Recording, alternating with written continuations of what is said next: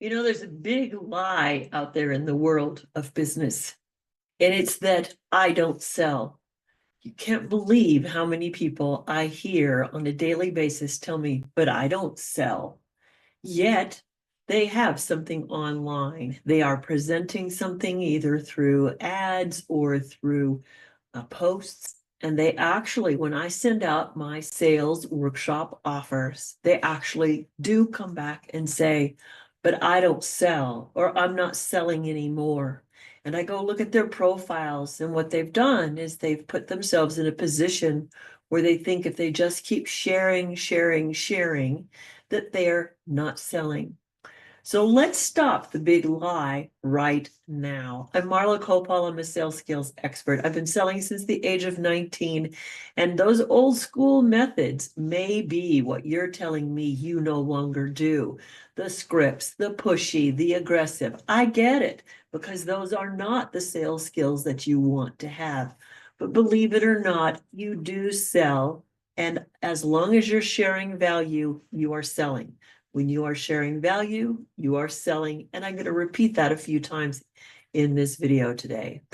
So before you leave today, I want you to subscribe to this channel. I want you to get more insights on selling fluency and how it is I can help you up that morale that you need sometimes when you're selling, or to just have some new perspectives so that you don't see sales as icky and yucky, because it's not. It's one of the most engaging professions in the world.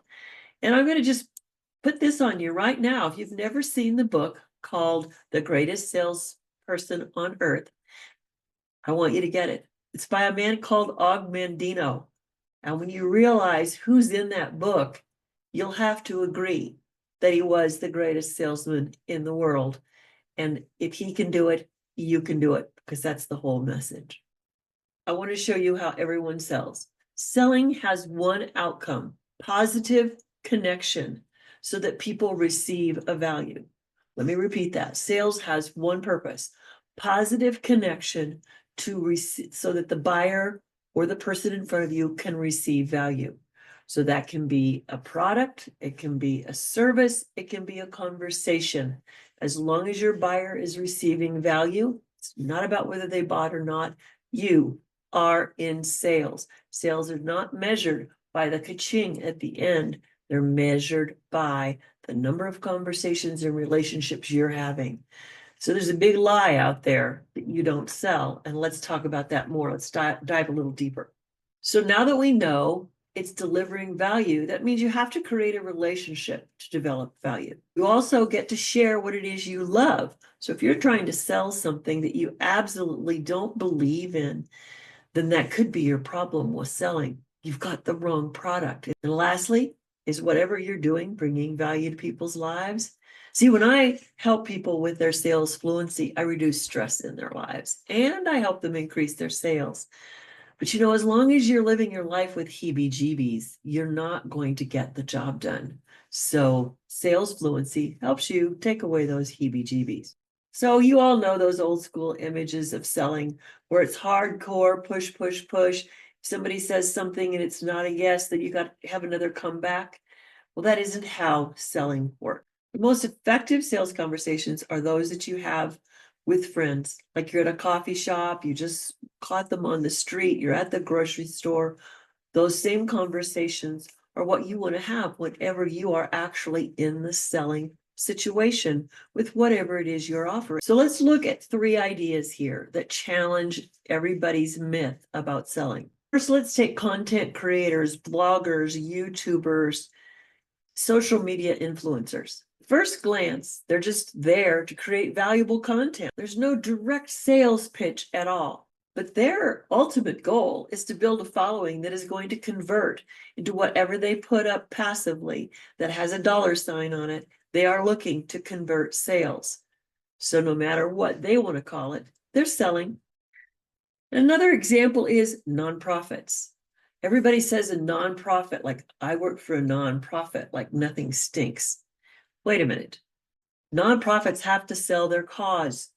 People have to want to be in that cause. So I watch a lot of things online or maybe television where they're promoting feed starving children, take care of these dogs, take care of these cats, whatever it is. The consistency of those is a nonprofit promoting their cause, and that is a sales action. And when money comes in, that is a sales transaction. Yes, we call it a donation for the IRS, but it is a sales transaction. Finally, there are businesses that grow organically. They're growing through their reputation and they're growing through referrals. They've been around a long time. They're seasoned. People trust them for all the reasons that are talked about often in referrals. Sounds pretty hands-off, right? But think about it. Even if all the people working in that particular location or that business never ever practiced a sales pitch before, they're still selling. Warm recommendations don't come just out of the blue. There has to be a shared experience somewhere. So all sales conversations are shared experiences in which you get to build all that it takes to make someone feel included, accepted, and heard. Heard is the critical point. So in its simplest form, sales is purely communication. And if you tell me you don't sell, it's the same as saying, I don't communicate. I keep my mouth zipped the whole time. I don't do any influencing. I don't do any advertising. So you do sell, whether you know it or not. If you got married, you have a relationship, you're dating, you take care of little kids, whatever it is, every time you're connecting and communicating with someone, you are selling you. So here's the kicker. Selling fluency is important for all businesses. It's the ways you connect naturally with people. It means you have an ability to adapt to conversations. Conversations don't have a written script.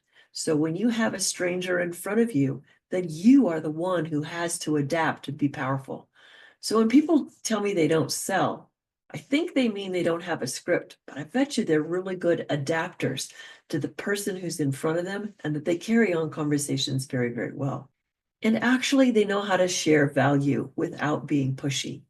Because when you share value, that means you had to discover something about the person in front of you, what they would find of value. And only when you find what they value, whether it be safety, smart investment, something luxurious, the best vacation of their life, when you can show how you can fit that value that they're seeking, then there's no problem. That's a simple conversation. So again, selling fluency isn't about scripts or persuasion or influencing or this specific line or this specific phrase or this. And if you've heard me, I've never talked about an objection in here at all, because there are no objections when you're selling value and you understand the value that the buyer would appreciate. So really what you're doing when you're selling is you're speaking with clarity to their needs, to their desires, to something that will satisfy them. Not everybody has a pain or a problem. So you have to really work with what their satisfaction levels are going to be. You have to be sure that they're finding value in that which you offer. You ask a lot of questions to help them connect, not only with what they're feeling, but with what they're thinking, and making sure that they have a balance in their decision-making choices. You know, you're the best influencer when you stay quiet and you practice the 30-second pregnant pause while people think. Because most people are smart enough to get themselves to the decision. So the person who actually leads the questions, stays quiet while the responses are created by the buyer, is the winner. Those genuine conversations eventually lead to a sell. The best seller in the world is the one that doesn't go around and say, I sold them. It's the person that says, they bought. They made some great choices. They did this and this. So what you do at the end of every sales conversation is you go, great choice. I think you're going to like this because of you told me this, and this.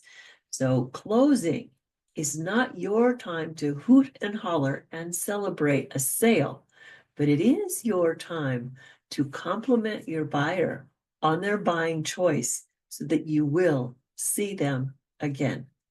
So I want you to get the link in the description below and come to the upcoming Sales Fluency workshop so that you too can understand that you are selling and to pick up the tools of communication and clarity and conversation that you need to enhance what you do.